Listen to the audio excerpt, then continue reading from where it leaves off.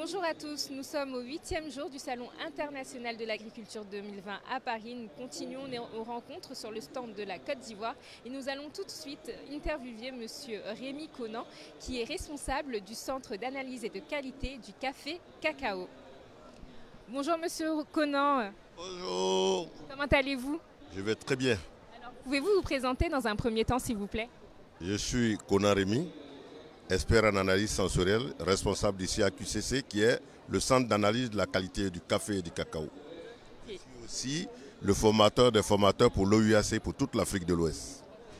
Dans un premier temps, vous allez nous parler de votre fonction de formateur, s'il vous plaît. Je suis formateur parce que j'ai la possibilité, et je le fais déjà pour toute l'Afrique de l'Ouest. Je forme les agents des autres pays de l'Afrique de l'Ouest en la qualité de pointe, ce qu'on appelle l'analyse sensorielle. Maintenant, il y a un an, j'ai pris le temps de former les 10 torréfacteurs ivoiriens qui sont actuellement en activité. Ils sont torréfacteurs du café. Et aujourd'hui où je vous parle, ils ont des produits sur le stand et ils sont déjà opérationnels. Voilà un peu une petite partie de mon savoir-faire en formation. Très bien, mais on va aller à la base qui est le café. Est-ce que vous pouvez nous expliquer tout sur le café, de la cabosse au produit fini? Comment ça se passe? Alors, le cacao de la cabosse au produit fini. Alors, vous allez avoir par exemple les pépinières qu'on va faire. Et puis, vous allez vous rendre compte que pour la Côte d'Ivoire, nous avons seulement 1 an et demi, pratiquement, 18 mois, pour que notre cacao rentre en production. C'est que nous avons communément appelé le cacao Mercedes. Et puis, il faut reconnaître que ça va rentrer en production au bout de 18 mois. Mais en plus, ce qui est extraordinaire, il va donner 3 tonnes, 3 tonnes 5 à l'hectare. Ce qui dit que pour 1 hectare, vous avez 3 tonnes 5 de cacao. Donc vous n'avez pas besoin de défricher toute la forêt. Vous avez peut-être avec 5 hectares, vous pouvez suffire pour toute la famille et être loin des besoins précaires. Voilà. Et dites-nous quelles sont les vertus du cacao? Ah, mais les vertus du cacao, ils sont immenses. Les vertus, il y a beaucoup. Et il va très bien permettre de ne pas avoir la pression artérielle élevée. Il va permettre, avec les antioxydants qui sont dedans aussi et la caféine, d'avoir moins de stress. Le cacao va vous permettre d'être éloigné des maladies cardiovasculaires. Et il y en a plusieurs vertus que le cacao peut faire.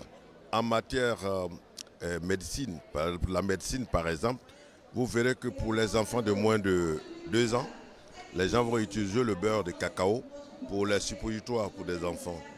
Les femmes vont l'utiliser pour le corps, les cheveux. Et voilà, plusieurs choses. Le cacao, les vertus, ils sont innombrables. Le beurre de cacao est un cicatrisant efficace. Vous vous faites une plaie, vous passez le beurre de cacao, vous vous rendez compte qu'au bout de 2-3 jours, le corps va se refermer. La blessure se referme. C'est pour vous dire quelles sont les vertus qui sont énormes. On ne finira pas de les citer. Et sur votre stand, aujourd'hui, qu'est-ce qu'on peut voir? Sur le stand, vous avez une fontaine qui montre aux gens que nous avons du bon cacao, du bon chocolat. Vous allez avoir tout un processus du cacao, c'est-à-dire le process du cacao, la cabosse, les fèves séchées, les fèves grillées, la masse, le beurre et la liqueur de cacao. Vous avez aussi le beurre de cacao là en boîte. Notre stand est achalandé et prêt à servir aux exposants même qui sont ici et ceux qui nous visitent. D'accord. Et depuis le début du salon, quelles ont été vos remarques vis-à-vis des personnes qui venaient? Et aussi, est-ce que vous avez dépassé vos attentes? Quel est votre ressenti en fait depuis que vous êtes arrivé sur le salon? La particularité du conseil du café cacao, nous ne vendons rien pratiquement.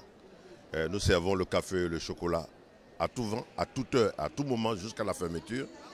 Et donc je considère, vu l'influence qu'il y a beaucoup d'hommes qui sont intéressés par le café, le cacao de Côte d'Ivoire, notre stand ne désemplit pas. C'est vrai que c'est pour la liqueur de cacao et le café même. Mais les gens prennent des renseignements, ils se renseignent pour connaître la Côte d'Ivoire, connaître quelles sont les vertus de notre cacao, de notre café. Et je pense que c'est déjà ainsi, c'est déjà une bonne chose.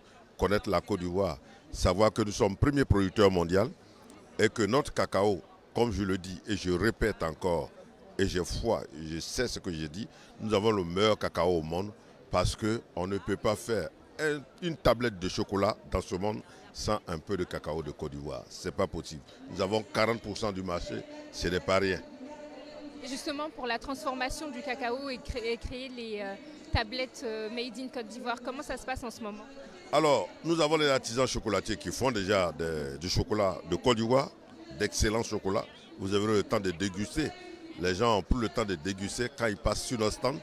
Mais en plus de cela, nous avons dans l'objectif de former des artisans chocolatiers, comme nous avons fait des torréfacteurs de café, de former des artisans chocolatiers pour permettre à la Côte d'Ivoire de vraiment booster sa production. Et non seulement booster, mais donner un plus-value à notre cacao. Si nous transformons sur place à travers nos artisans chocolatiers, c'est une évidence que c'est un plus-value déjà qui se déverse en Côte d'Ivoire. Les devises restent en Côte d'Ivoire. Ça veut dire que nous sommes en train d'aller vers la transformation à 50% des 2 millions de tonnes. Si nous atteignons le 50%, et nous ne sommes même pas loin, je pense même que nous sommes en train de dépasser les 50%, eh bien, d'ici quelques temps, nous aurons de quoi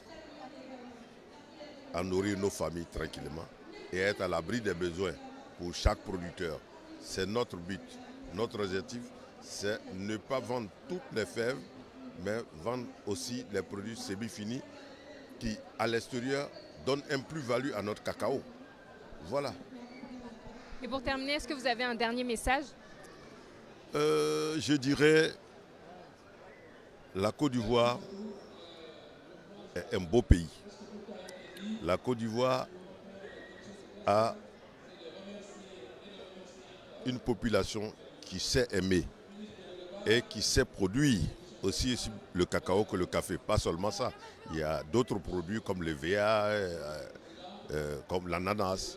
Mais la Côte d'Ivoire, je vous dis, à travers son café et son cacao, est en train de faire un grand coup. Parce qu'aujourd'hui où je vous parle, la Côte d'Ivoire et le Ghana, c'est-à-dire le Conseil du café, cacao et coco board, ont signé un accord. On travaille ensemble, on a des visions d'ensemble, on a des ventes ensemble. Et je pense que cet accord va permettre de faire progresser, de trouver un revenu plus confortable à nos producteurs.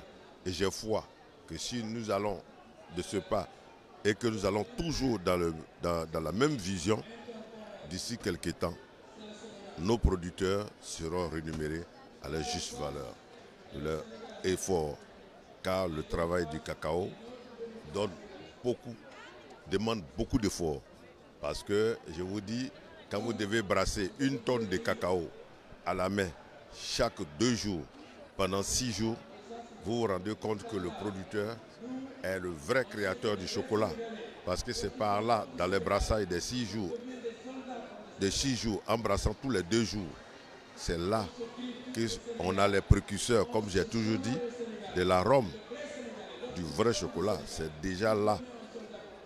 Voilà un peu ce que je voudrais vous dire. Il faut que nos producteurs soient rémunérés à la juste valeur. Et si nous continuons sur cette lancée et que nous transformons la majorité ou une grande partie de notre production, nos producteurs seront bien rémunérés. Merci beaucoup.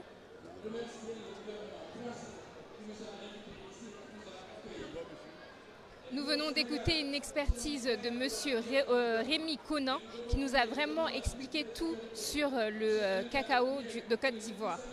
Nous allons continuer nos rencontres aujourd'hui sur les stands africains. Donc restez connectés sur le Facebook de la Voix de la Diaspora pour tout connaître sur les produits que les autres pays africains ont ramenés sur le Salon international de l'agriculture à Paris.